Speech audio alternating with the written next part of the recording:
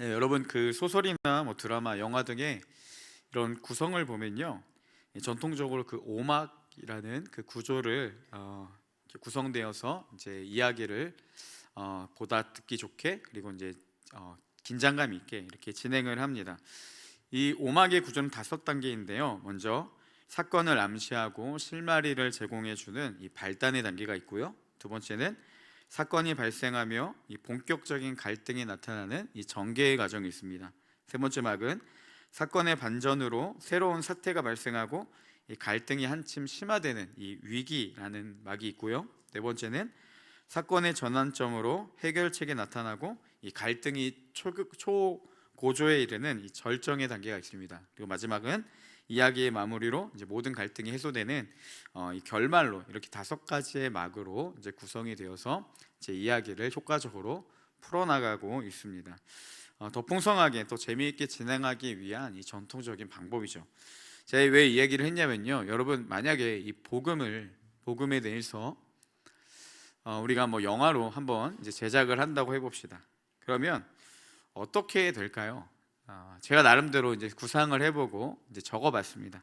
먼저 사건의 실마리를 제시하는 발단입니다.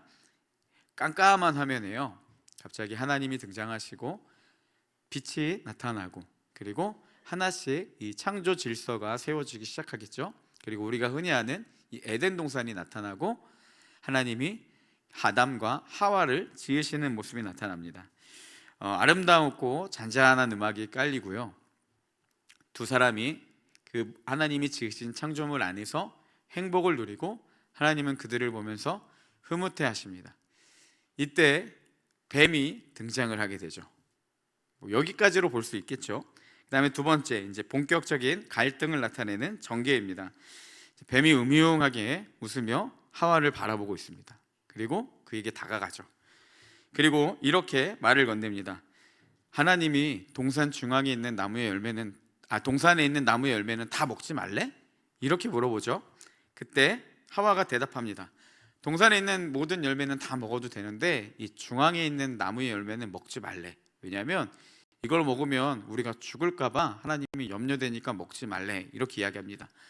그때 순간적으로 다른 한 장면이 나타나며 하나님이 본래 말씀하신 장면이 나타나겠죠. 하나님이 뭐라고 말씀하셨죠? 모든 걸 다 먹어도 되지만 동산 중앙에 있는 나무는 먹지 말라. 먹으면 죽을까 하노라가 아니라 하나님 뭐라고 말씀하시냐면 먹으면 반드시 정녕 너희가 죽으리라 라고 말씀을 하신 게 떠오릅니다. 이때부터 우리 그 관객들, 독자들은 하와가 잘못 알고 있는데 라고 이제 좀 위기를 느끼게 될 겁니다. 긴장감과 불안감이 조금씩 나타나기 시작하겠죠. 그 다음에 이제 갈등이 한층 심화되는 위기입니다.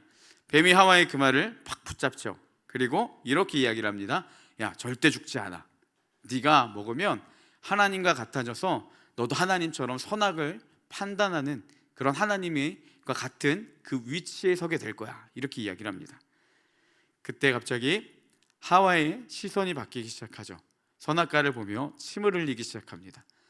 아름답게 보이고 먹음직하게 보이고 음악도 약간 그 위기가 나타나는 그런 음악이 깔리겠죠. 아마도 관객들은 그 하와의 모습을 보면서 먹으면 안 돼!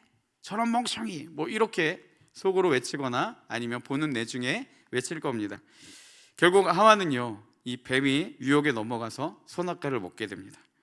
그리고 그와 함께한 아담도 그 선악에 알게 하는 나무의 열매를 먹게 되죠. 이런 배경에 나타날 것 같아요. 맑았던 하늘이 갑자기 어두워지고 비바람이 불고 천둥이 치며 돌변하게 될 겁니다. 그리고 사나운 그런 섬뜩한 음악들이 나타나게 되겠죠. 하나님은 우레와 같은 소리로 그를 책망하시고 그들을 동산에서 쫓아내시게 되죠. 하지만 하나님은 그 안에 한 가지 여지를 남겨두시는데요, 이 메시아를 약속하십니다. 이제 네 번째 막입니다. 사건의 전환점으로 해결책이 나타나고 이 갈등이 초고조에 이르는 절정이 되죠. 그렇게 쫓겨난 사람들의 삶의 모습은요, 말 그대로 타락 그 자체였습니다. 하나님은 그들을 끝까지 돌이키기를 원하셨지만 그들은 서로 다투고 이기적인 모습의 극치를 보이게 되죠. 그 향락과 그런 불의함과 또 너무나도 퇴폐적인 그리고 타락한 그런 모습들이 아마 영화 내내 나타날 겁니다. 하나님은 그럼에도 이 약속하신 메시아의 때를 기다리시며 그들을 끝까지 참으시고 돌이키기 위해 여러 가지 방법들을 사용하시게 되죠. 관객들도 마치 군고구마를 먹은 것처럼 답답하지만, 사람들을 보며 한심해하지만, 하나님과 함께 이 약속된 메시아의 그 약속이 정말 이루어질까, 이것들을 기다리고 있을 겁니다. 드디어 약속대로 메시아가 오죠. 예수 그리스도가 이 땅 가운데 오셔서 이제 그 하나님의 약속의 때를 이루려고 합니다. 근데 그 길이 쉽지만은 않아요. 많은 고난도 있고요, 비방을 당하고 책망을 받고 사람들이 조롱하고 침을 뱉으며 심지어 매를 때리기도 합니다. 예수님이 포기하면 어떡하지? 라는 긴장감으로 영화를 내내 보겠죠.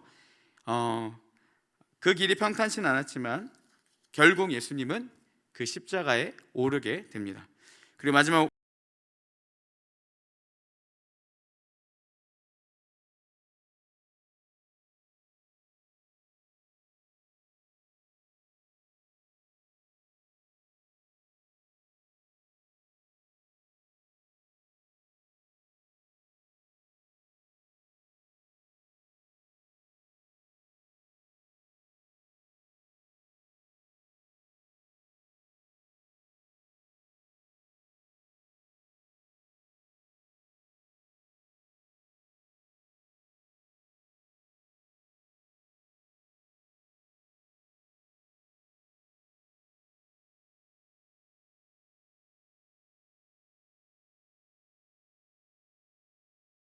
예수님을 떠납니다.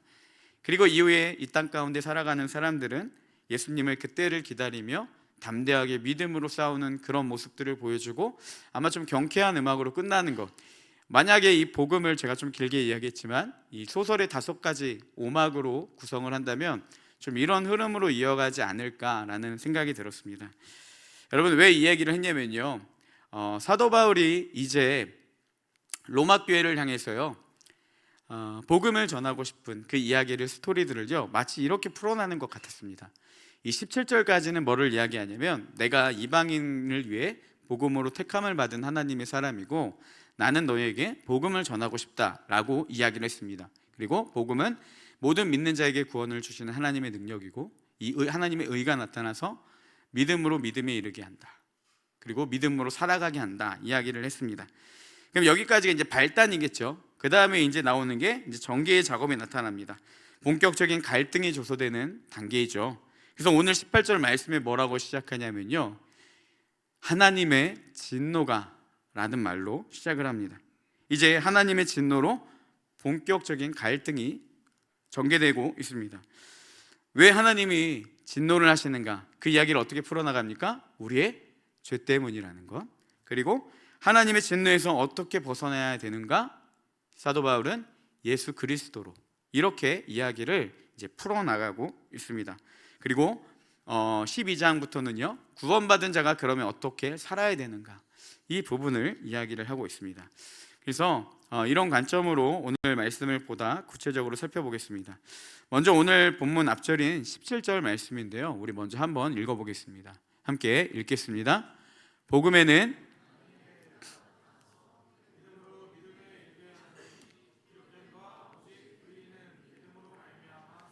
함과 같으니라. 아멘. 복음에는요, 하나님의 의로움이 나타난대요. 그래서 믿음으로 믿음에 이르게 한다고 합니다. 하나님의 의가요, 우리가 믿을 수 있도록 이끌어 준다라는 거죠. 그래서 복음을 통한 하나님의 의를 경험한 사람들, 예수 그리스도를 믿는 자들에게는 어떤 삶이 나타나냐? 의는 믿음으로 살아가게 된다라는 것입니다. 이것이요, 구원을 주시는 하나님의 능력, 복음입니다. 그리고 오늘 18절 말씀은요, 이렇게 이야기를 합니다. 우리 18절 말씀도 한번 읽어보겠습니다. 하나님의 진노가 불의로 진리를 막는 사람들의 모든 경건하지 않음과 불의에 대하여 하늘로부터 나타나나니. 여러분, 17절에서는요, 복음에는 하나님의 의가 나타난다는 말을 씁니다. 이 나타나다는 말을 동일하게 18절에서도 사용하는데 뭐냐면, 하나님의 진노가 불의한 자들에게 나타난다, 이렇게 쓰고 있습니다. 복음으로 하나님의 의가 나타난다면 하나님의 진노는요, 불의함으로 진리를 막는 자들에게 나타나게 됩니다. 정리하면 이렇게 볼 수 있죠.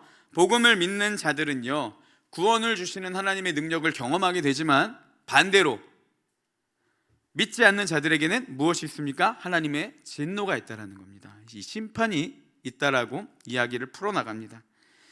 결국 바울이 이제 본격적으로 18절부터 복음이 무엇인지 로마 교회에게 설명을 하기 시작하는데요, 가장 먼저 전했던 게 무엇입니까? 하나님의 진노가 있다라는 거예요. 이후에 우리가 어떻게 이 하나님의 진리를 가렸는지, 그래서 왜 하나님이 진노하셨는지를 보여주고, 우리가 다 이 하나님의 진노 아래 있다라는 것, 누구도 그 진노에서 벗어날 수 없다라는 것들을 하나하나씩 사도 바울이 증명하고 있습니다. 그러면 이렇게 생각해 볼 수 있죠. 바울이 복음이라는 좋은 소식을 전하는데 왜 가장 먼저 나눴던 게 뭐냐? 하나님의 진노가 기다리고 너희들은 죄인이다 라는 것들을 이야기하냐는 거죠. 여러분, 왜 그 사도 바울이 그렇게 이야기를 했냐면요, 예수 그리스도가 복음이 되기 위해서는요, 내가 하나님의 진노 아래에 있는 죄인임을 알아야 되기 때문입니다. 이것은요, 우리에게도 동일하게 적용됩니다. 예수님은 복음으로 이 땅 가운데 오셨지만 모든 사람에게 복음으로 다가오지는 않았습니다. 예수님이 복음으로 다가온 자들은 누구냐? 자신이 죄인임을 깨닫는 자들이었다는 사실이에요. 내가 죄인임이라는 것을 알아야 죄인을 위해 죽으신 예수 그리스도의 사랑이, 죽으시고 부활하신 예수 그리스도의 승리와 생명이 엄청난 기쁨과 감격으로, 그러니까 그분이 우리에게 복된 소식으로 다가오게 된다는 거죠. 여러분, 예수님의 죽음은요, 오직 죄인을 위한 죽음이었습니다. 그리고 부활하심은요, 죄인을 위한 생명이었다라는 거예요. 오직 자기 자신이 죄인임을 아는 자가 그렇기 때문에 예수님이 복음, 기쁨으로 받아들여지게 된다는 겁니다. 결국 그리스도의 구원의 능력은요, 모든 사람이 누리는 것이 아니라 오직 자신이 죄인임을 깨닫고 그분을 믿는 자들에게만 주어진다는 사실입니다. 그래서 예수님은요, 누가복음 5장에서 이런 말씀을 하십니다. 31장 1절에 보니까 건강한 자에게는 의원이 쓸데가 없고 병든 자에게야 쓸데가 있다. 그리고 32절에 뭐라고 말씀하시냐? 내가 의인을 부르러 온 것이 아니라 나는 죄인을 불러 회개시키러 왔다라고 합니다. 그러면 예수님이 정말 필요한 자들이 누구입니까? 건강한 자들에게는 나는 필요하지 않다라는 거예요. 의인들에게는 예수님이 필요하지 않다라는 겁니다. 예수님은 그들이 아닌 죄인을 구원하러 오셨기 때문에, 병든 자들을 치료하러 오셨기 때문에 내가 병든 자라는 사실을 인식하는 자들, 내가 죄인임을 깨닫는 자들에게만 그분이 우리에게 복된 복음으로 들려진다는 사실입니다. 그리고 그들만이 예수 그리스도의 구원의 은혜를 누릴 수 있다는 겁니다. 자신의 연약함을 아는 사람들은요, 예수님을 찾게 됩니다. 내가 죄인이라는 인식이 들어오기 시작한 사람들은요, 예수님을 붙들게 되어 있습니다. 그렇게 매일의 삶에서 그 예수님을 붙들고 찾고 자신의 연약함과 죄된 모습들을 고백하다 보면 예수 그리스도가 복음으로, 기쁨으로 우리에게 다가오게 되는 겁니다. 우리가 우리의 연약함을 알수록, 죄를 깨달으면 깨달을수록 더욱 하나님을 찾게 되고요, 나의 연약함을 알고 하나님의 강함을 알게 될수록 예수 그리스도가 더 깊이 복음으로 다가오는 겁니다. 이것이요, 그렇게 예수 그리스도를 의지하는 것이요, 바로 겸손입니다. 겸손한 자는요, 예수 그리스도 외에 자랑할 것이 없습니다. 교회에서 봉사를 많이 한다고, 사역을 많이 한다고 그것이 아무런 자랑이 되지 않습니다. 하루에 몇 시간을 기도하든지, 성경을 얼마나 많은 시간 읽고 쓰고 듣는지, 어떤 훈련을 받고 내가 어떤 경건 생활을 하고 있는지, 이 모든 것은요, 그에게는 아무런 자랑이 되지 않아요. 왜냐하면 그냥 자신이 연약함을 알기 때문에 예수님께 나아가는 하나의 통로의 방편에 불과했기 때문입니다. 내가 경건해서 그렇게 했던 게 아니라요, 내가 연약한 걸 알기 때문에, 내가 죄인인 걸 알기 때문에 그냥 성경을 읽었고 말씀을 들었고, 그리고 그 주님을 위해서 무언가를 행했던 것이지 내가 거룩하고 의롭기 때문에 했던 것이 아니라는 거죠. 그러면 여러분, 우리의 그런 모든 신앙적인 행위들은 어떻게 될 수 있겠습니까? 우리에게 자랑이 되는 것이 아니라 하나님의 은혜가 되는 것이고 우리의 연약함의 표현이 되는 것이라는 거예요. 여러분, 지피지기면 백전불태라는 말이 있습니다. 적을 알고 나를 알면 100번 쌓아도 이 위기 외태롭지 않다라는 뜻이죠. 사단의 강함을 알고요, 죄의 무서움을 알고 연약한 내 자신을 알게 된다면 우리가 한 가지 길을 찾을 수 있는데, 그것은 뭐냐? 그보다 강하신 예수 그리스도께 나아갈 수밖에 없다라는 겁니다. 그런 싸움은 100번 싸워도 위태롭지가 않다라는 거예요. 잠시 넘어질 수는 있습니다. 또 순간 방황하고 머뭇거릴 수는 있어요. 위기는 찾아올 수 있습니다. 하지만 그것을 끝이라고 할 수 없는 이유는 무엇이냐? 죄의 모든 저주를 끊으신 예수 그리스도의 승리가 결국 우리에게 찾아오게 될 것이라는 사실입니다. 이것이 구원을 주는 하나님의 능력, 복음이신 예수 그리스도의 능력이라는 거예요. 사랑하는 우리 청년부 여러분, 내 연약함과 죄를 깨닫는 은혜가 있기를 소망합니다. 이거는요, 하나님이 우리에게 불편함을 주기 위함이 아니라 우리가 은혜의 자리로 나아갈 수 있는 귀한 통로고 시작이 된다라는 사실입니다. 그러면 우리가 어떻게 우리의 죄를 깨닫고 날마다 우리의 연약함을 발견할 수 있겠습니까? 우리가 거룩하신 하나님 앞에 날마다 나아가야 된다라는 거예요. 하나님의 거룩하심 앞에 죄인된 우리가 섰을 때 우리의 연약함과 죄된 모습들이 보이게 되고, 그럼 또 다시 그 연약함을 가지고 하나님께 나아가게 됩니다. 나아가면 또 우리의 연약함과 죄를 보게 되고 다시 우리는 더 하나님을 의지하고 살아가는 것, 이것이요, 의인은 믿음으로 말미암아 살아가는 것, 복음은 믿음으로 믿음에 이르게 하는 하나님의 능력이라는 사실입니다.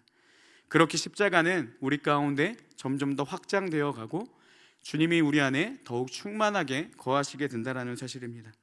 이 놀라운 복음의 능력을 의지하고 날마다 이 복음의 능력을 경험하는 사랑하는 우리 귀한 청년들 모두가 되기를 주님의 이름으로 축복합니다. 다시 본문으로 돌아왔어요. 그러면 이제 구체적으로 말하는 죄가 무엇인지, 이 죄의 특징을 오늘 두 가지를 좀 살펴보려고 합니다. 죄의 특징 첫 번째는 뭐냐면요, 죄는 진리를 막아버린다고 이야기를 합니다. 우리 앞에서 읽었지만 18절 말씀을 한 번 더 같이 읽어보겠습니다. 우리 함께 읽겠습니다. 하나님의 진노가 불의로 진리를 막는 사람들의 모든 경건하지 않음과 불의에 대하여 하늘로부터 나타나나니. 하나님이 어디에 진노하시냐? 불의로, 경건하지 않음으로 하나님의 진리를 가리는 자들. 그럼 죄의 특징이 뭡니까? 진리를 가리게 한다는 거예요. 여러분, 내 어떤 생각이요, 하나님의 말씀과 대조가 된다면, 가리게 된다면요, 말씀과 다른 길을 걷게 된다면 이게 죄라는 겁니다. 신약 성경에서 나타나는 진리라는 말은요, 단순히 마음으로 동의하지 않으면 안 되는 그 무엇이 아니라 반드시 행함이 따라야 되는 것, 순종하지 않으면 안 되는 것으로 정의합니다. 즉, 하나님의 말씀을 동의하지 않으면 안 돼, 이것이 아닌 순종하지 않으면 안 돼, 이것이 진리라는 거예요. 단순한 지적 동의가 아니라요, 반드시 행함으로 나타날 때 그것이 진리라는 사실입니다. 저는 말씀을 준비하며 그리고 또 이렇게 사역을 하면서 우리 청년들이 꼭 한 가지를 알았으면 좋겠습니다. 여러분, 세상이 주는 가치관들은요, 하나님의 말씀의 진리와 대조되는 그런 가치관들은요, 다 거짓이라는 거예요. 오직 이 땅의 유일한 진리는 무엇이겠습니까? 하나님이라는 사실입니다. 이것이 단순한 지적 동의로 그쳐서는 안 돼요. 우리의 삶 가운데 나타나야 된다는 사실입니다. 여러분, 우리가 진지하게 한번 생각해 봤으면 좋겠습니다. 내 삶의 주인은 누구십니까? 내 삶에 가장 중요한 것이 무엇이냐는 것이죠. 좋은 직업, 연봉, 멋있고 예쁜 배우자, 성격 좋은 사람, 관계를 잘 맺는 그 어떤 이상적인 사람, 남들보다 더 많이 갖고 더 많이 누리며 누가 나를 봐도 부러워할 수 있는 사람, 내 삶의 주인이 그런 것들로 전락해 버리지는 않았는지 우리는 끊임없이 돌아봐야 됩니다. 하나님의 말씀이 진리라고 이야기를 하고 심지어 우리가 그 말에 동의하며 아멘이라 아무리 수도 없이 외칠지라도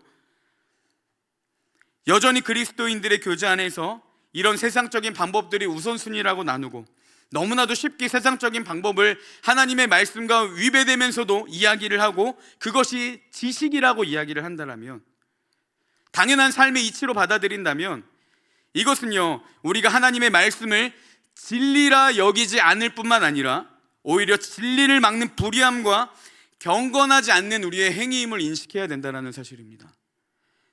수도 없이 지적 동의로만 그치고 정작 삶에서는 아무런 행함도 나타나지 않으면요, 그것은 우리도 역시 하나님의 진리를 막는 불경건함이라는 거예요. 뭐 이 말을 오해해서 그러면 그리스도인들은 다 가난해야 된다, 다 나눠줘라, 남들보다 다 손해봐야 된다, 이런 말을 하는 것이 아닙니다. 여러분, 이런 세상의 가치관들의 특징은 뭐냐면요, 나예요. 내가 어떻게 해야 되지? 내가 무엇을 더 가져야 되지? 내게 모든 삶의 중심이 나라는 겁니다. 이것에 몰두하는 게 아니라요, 그리스도인들은 뭐냐면 많이 가질 수도 있고 적게 가질 수도 있어요. 많은 걸 누릴 수도 있고 적게 누릴 수도 있어요. 그게 중요한 게 아니에요. 중요한 것은 내가 아닌 어떻게 하면 하나님을 위해 살아갈 수 있을까? 어떻게 하면 내가 하나님의 기쁨이 될까? 어떻게 살아가는 것이 하나님을 위한 것인가? 내 중심이 아닌 하나님 중심적인 삶을 살아가는 것, 그것이요 그리스도인의 삶이라는 것입니다. 웨스트민스터 소요리 문답의 제1문의 가장 첫 번째 질문이 이것입니다. 한번 자막 띄워주시겠어요? 제가 이 질문을 하면 여러분이 자막을 보고 대답을 해주시기 바랍니다. 가장 첫 번째 질문입니다. 사람의 제일 되는 목적이 무엇입니까? 네, 답을 띄워주세요. 네, 같이 한번 읽어볼까요? 시작. 사람의 제일 되는 목적은 하나님을 영화롭게 하는 것과 그를 영원토록 즐거워하는 것입니다. 하나님이 창조하신, 사람을 창조하신 목적이 무엇입니까? 하나님을 영화롭게 하는 것과 그를 영원토록 즐거워하는 것이라는 거예요. 이게 사람이 이 땅 가운데 살아가는 목적이라는 겁니다. 근데 여전히 나를 영화롭게 하고 다른 어떤 그 무엇을 바라고 꾸민다면 그것은 하나님이 우리를 지으신 목적에 벗어나는 것, 그게 죄라는 겁니다. 전에 한 목사님 설교에서 그 2012년에 방영되었던 이 드라마 추적자라는 것이 있습니다. 그의 한 장면을 소개해 주셨는데요, 그 내용이 오늘 말씀을 준비하다 생각나서 유튜브로 찾아봤습니다. 그래서 이제 그 내용을 보니까 이 서회장이라는 역할로 나온 박근영 씨가 자존심에 대한 그 이야기를 하는 대사인데 제가 한번 읽어드리겠습니다. 이제 그 극 중에 박준영 씨가 사투리를 쓰면서 대화를 했는데, 참고로 저는 사투리를 써본 적이 없습니다.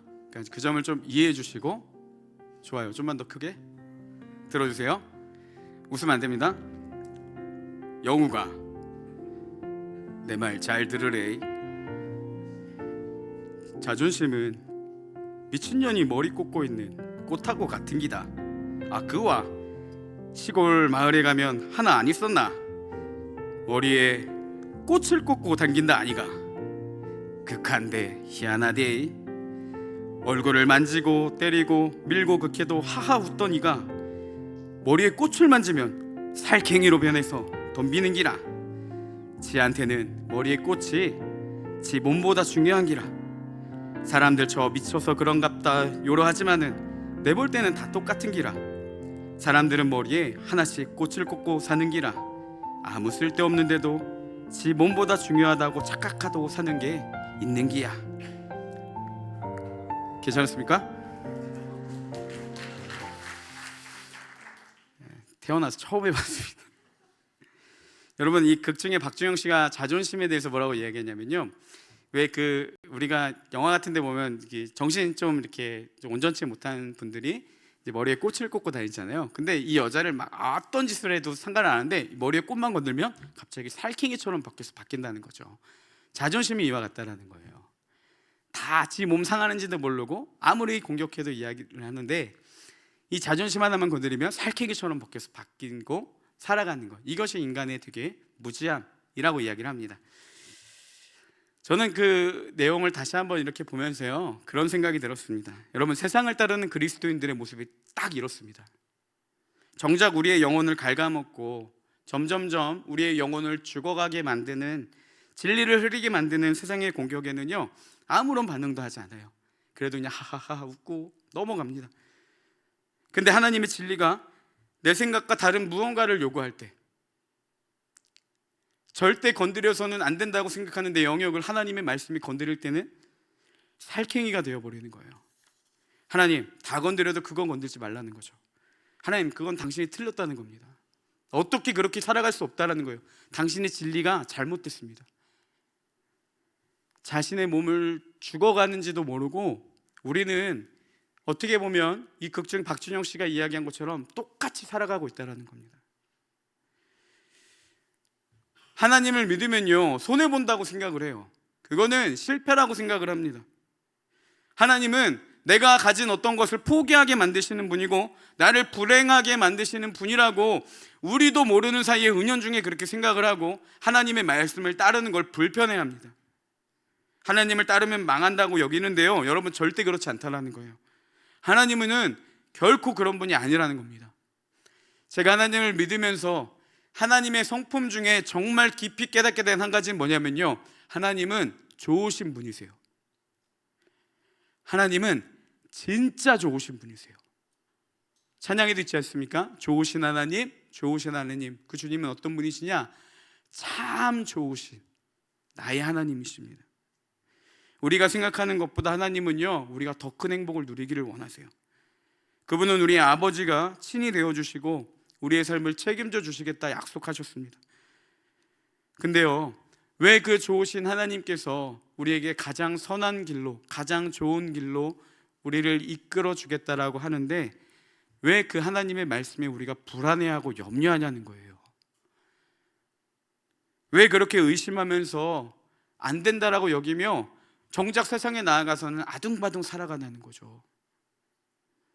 하나님은 진짜 좋으신 분이시고 신뢰할 만한 분이십니다. 그분을 믿고 삶의 자리를 나가 아닌, 내가 아닌 그분께 이 주인된 자리, 삶의 핸들을 맡겨보시기 바랍니다. 여러분, 시선의 찬양에 이런 가사가 있죠. 모든 시선을 주님께 드리고 전능하신 살아계신 하나님을 느낄 때, 모든 시선을 주님께 드리고 살아계신 하나님을 느낄 때 어떠한 일들이 일어나냐? 내 삶은 주님의 역사가 되기 시작하고 하나님이 일하기 시작한다는 거예요. 세상이 요구하는 방법들은 뭡니까? 네 능력만큼만 갈 수 있다는 겁니다. 근데 그것도 해봐야 알아요. 근데 우리의 모든 시선을 살아계신 하나님께 맡길 때 그 순간 그의 삶은요, 자신이 이끄는 것이 아니라 그 전능하시고 창조주 되신 하나님께서 우리 삶에 역사하시기 시작한다는 겁니다. 그분이 우리 가운데 일하시기 시작한다는 거예요. 우리가 계획하고 생각하는 것, 우리가 바라는 것 이상의 것을 경험하는 놀라운 신비로운 일들이 우리 가운데 일어나기 시작합니다. 하나님의 진리를 가리는 세상의 가치관이 아니라요, 이제는 그 자리에서 벗어나서 불투명하고 불안한 미래가 기다리는 현실 속에서도 모든 시선을 하나님께 드리고 주님이 우리의 삶 가운데 일하심을 여러분 정말 내 삶의 간증으로 나타나는 그런 놀라운 축복의 역사가 우리 모든 청년들의 삶 가운데 나타나기를 주님의 이름으로 축복합니다. 마지막 죄의 특징 두 번째입니다. 특징 두 번째는 뭐냐면요, 죄는요 하나님을 알지 못하게 만듭니다. 우리 19절 말씀도 같이 한번 읽어보겠습니다. 우리 19절 말씀을 함께 읽겠습니다. 이는 하나님을 알만한 것이 그들 속에 보임이라. 하나님께서 이를 그들에게 보이셨느니라. 네, 이 말씀을 세번역 성경은 뭐라고 번역했냐면 하나님을 알만한 일이 사람에게 훤히 드러나 있습니다 라고 합니다. 하나님께서 그것을 훤히 드러내 주셨습니다 라고 번역했습니다. 그러니까 우리 가운데 하나님은요, 하나님을 알만한 것들을 훤하게 보여주셨다는 거예요. 근데 문제는 뭐냐? 이 불의로 진리를 막는 사람들의 경건치 않음과 불의가 그 훤히 보이시는 하나님의 진리를 가리기 시작했다는 겁니다. 그래서 지금 우리는 어떻게 느끼고 있습니까? 여러분, 하나님이 살아계시다라는 진리보다는요, 그분이 존재하지 않는 분이다라는 그 비진리가 더 진리처럼 받아들이기 쉽긴 것처럼 여겨지기 시작했다라는 거죠. 우리 20절 말씀도 함께 읽겠습니다. 우리 20절 말씀을 함께 읽겠습니다. 창세로부터 그의 보이지 아니하는 것들, 곧 그의 영원하신 능력과 신성이 그가 만드신 만물에 분명히 보여 알려졌나니 그러므로 그들이 핑계하지 못할지니라. 사람은요, 하나님이 지으신 만물을 볼 때 그분의 신성과 그분의 능력을 깨달을 수 있도록 창조가 되었다라는 거예요. 그러니까 우리가 이 자연 질서를 봐도 하나님의 신성과 하나님의 능력을 볼 수 있는 눈이 있었다라는 겁니다. 근데 문제는요, 죄가 이것들을 다 무너뜨렸다는 거죠. 여러분, 한 예로 태풍이나 지진이 날 때 기근과 홍수 등의 자연 질서가 하나님의 어떠한 그 긍휼과 사랑에 대해서 분명하게 정달하지 못하는 것처럼 만물을 통해 하나님을 알 수 있는 모든 것들이요, 인간의 죄로 인해 다 타락해버리고 말았다는 겁니다.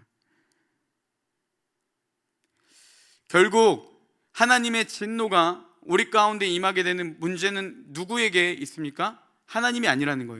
하나님은 다 주셨는데 타락한 우리가 그것들을 볼 수 있는 진리를 가려져 버렸다는 거죠. 그래서 누구도 핑계할 수 없다라고 이야기를 합니다. 여러분, 죄가 이토록 무서운 거라는 거예요. 우리 21절 말씀도 함께 읽겠습니다. 우리 21절 말씀을 함께 읽겠습니다. 하나님을 알되 하나님을 영화롭게도 아니하며 감사하지도 아니하고 오히려 그 생각이 허망하여지며 미련한 마음이 어두워졌나니. 하나님을 알면서도요, 하나님께 영광 돌리지 않고 감사하지도 않았다는 겁니다. 여러분, 이 말이 이해가 되십니까? 저는요, 이 말씀을 보면서 이해가 되지 않았어요. 여러분, 예배 때 하나님의 임재를 경험합니다. 하나님을 아는 무언가가 우리 가운데 깨달음이 왔어요. 근데 그분을 어떻게 반응하지 않는 게 더 이상하지 않습니까? 어떤 사람은요, 그분에게 사랑을 고백하고 눈물로 회개를 하는 경우도 있고 그 따뜻함에 평안함에 젖는 사람도 있어요. 근데 이 사람들은 어떻게 했냐? 하나님을 알지만 하나님께 영광 돌리지도 않고 하나님께 감사하지도 않았다는 거죠. 이해가 되지 않았어요. 그래서 제 주석책을 찾아보니까 이렇게 설명했습니다. 이곳에 나오는 하나님을 아는 것은 구원의 지식을 말하는 것이 결코 아니다. 바울의 목적은 창조 질서를 통해 모든 사람이 가지고 있는 하나님을 아는 지식이 막히고 왜곡되었다는 것을 보여주며 그리하여 모든 사람이 예외 없이 아무런 핑계를 대지 못하도록 하는 것이다 라는 겁니다. 무슨 말인지 이해가 되십니까? 하나님을 알기는 하지만 알 수 있는 것들이 있지만요, 그 알미 죄로 인해 왜곡되었다라는 거예요. 결국 그 어떠한 하나님이 주신 그 하나님을 알 수 있는 모든 것들은 우리가 죄인이라는 것을 핑계할 수 없는 그 이유에 불과하다라는 겁니다. 그러니까 지식마저도 타락해 버렸다라는 것이죠. 그러자 어떤 일이 일어나냐? 21절 하반절에 보니까 이렇게 되어 있습니다. 오히려 그 생각이 허망하여지며 미련한 마음이 어두워진 거예요. 점점씩 더 미련해져 가는 겁니다. 22절에 보니까 이렇게 설명합니다. 스스로 지혜 있다 하나 어리석게 되었다는 거죠. 자신은 지혜 있는 것처럼 행동을 하는데요, 사람의 모습들이 점점 더 어리석어져 가는 거예요. 그래서 23절에는 이렇게 기록합니다. 썩어지지 아니하는 하나님의 영광을 썩어질 사람과 새와 짐승과 기어다니는 동물 모양의 우상으로 바꾸었느니라. 사람이 얼마나 많이 미련해지냐? 하나님이 보이지 않으니까 하나님의 영광을 다른 누군가를 통해 만들었다는 겁니다. 어떠한 형상을 만들어서 그것이 동물이나 새나 짐승과 같은, 사람과 같은 그런 모양으로 만들고 나서 거기를 하나님께 드려야 될 영광을 그 우상들에게 드리기 시작했다는 거죠. 여러분, 그 이방인들은요, 풍요로움을 주는 어떠한 신적인 존재가 필요했습니다. 그래서 만든 게 우상이에요. 그래서 우상에게 정성을 들여 어떤 숭배를 하면 그로 인해서 뭐 비나 그런 좋은 날씨를 통해 풍요로움이 온다라고 믿었습니다. 말도 안 되는 일들을요, 유대인들도 똑같이 믿은 거예요. 풍요로움이 하나님으로부터 온다는 게 이해가 되지 않으니까, 그 지식에 타락이 오니까, 죄로 인해 진리가 가려져 버리니까 그들 역시 이방인이 똑같은 행위들을 하기 시작했습니다. 여러분, 우리가 예수 그리스도를 믿는다라고 하잖아요. 주님이라 부르지 않습니까? 주인이라고. 그러면서도 여전히 우리가 세상의 가치관 가운데 젖어 살고 있다라면요, 그렇게 하나님이 아닌 다른 그 무엇에게 영광 돌리고 내 삶의 모든 주인은 하나님이 아닌 다른 어떤 것이다라고 이야기를 한다라면 우리 삶은 심각한 죄에 빠져 있음을 기억해야 된다라는 겁니다. 바울은 그래서 24절 25절에도 이렇게 고백합니다. 그러므로 하나님께서 그들의 마음을 정욕대로 더러움에 내버려 두사 그들의 몸을 서로 욕되게 하셨으니 이는 그들이 하나님의 진리를 거짓 것으로 바꾸어 피조물을 조물주보다 더 경배하고 섬김이라. 마지막에 뭐라고 이야기합니까? 주는 곧 영원히 찬송할 이시로다. 아멘. 사람들은 하나님의 진리를 거짓으로 바꿨습니다. 창조주 대신에 피조물을 숭배하고 섬겼습니다. 하지만 바울은 이렇게 이야기합니다. 여러분이 분명히 알아야 할 것이 있는데 오직 하나님만이 영원히 우리의 찬송을 받으실 분이십니다. 아멘. 이야기를 합니다. 여러분, 우리의 모든 삶을 걸만한 분, 우리의 온 마음을 다해 영광 받으실 분은요, 이 땅에 유일한 한 분, 오직 하나님밖에 없다라는 사실입니다. 우리의 온 마음을 드리며 고백하기를 원합니다. 여러분, 정말 우리가 따라야 될 유일한 길은요, 주님 한 분밖에 없다라는 것입니다. 이제 말씀을 정리하겠습니다. 우리 찬양팀 나와주시고 좀 반주 좀 해주시겠습니까?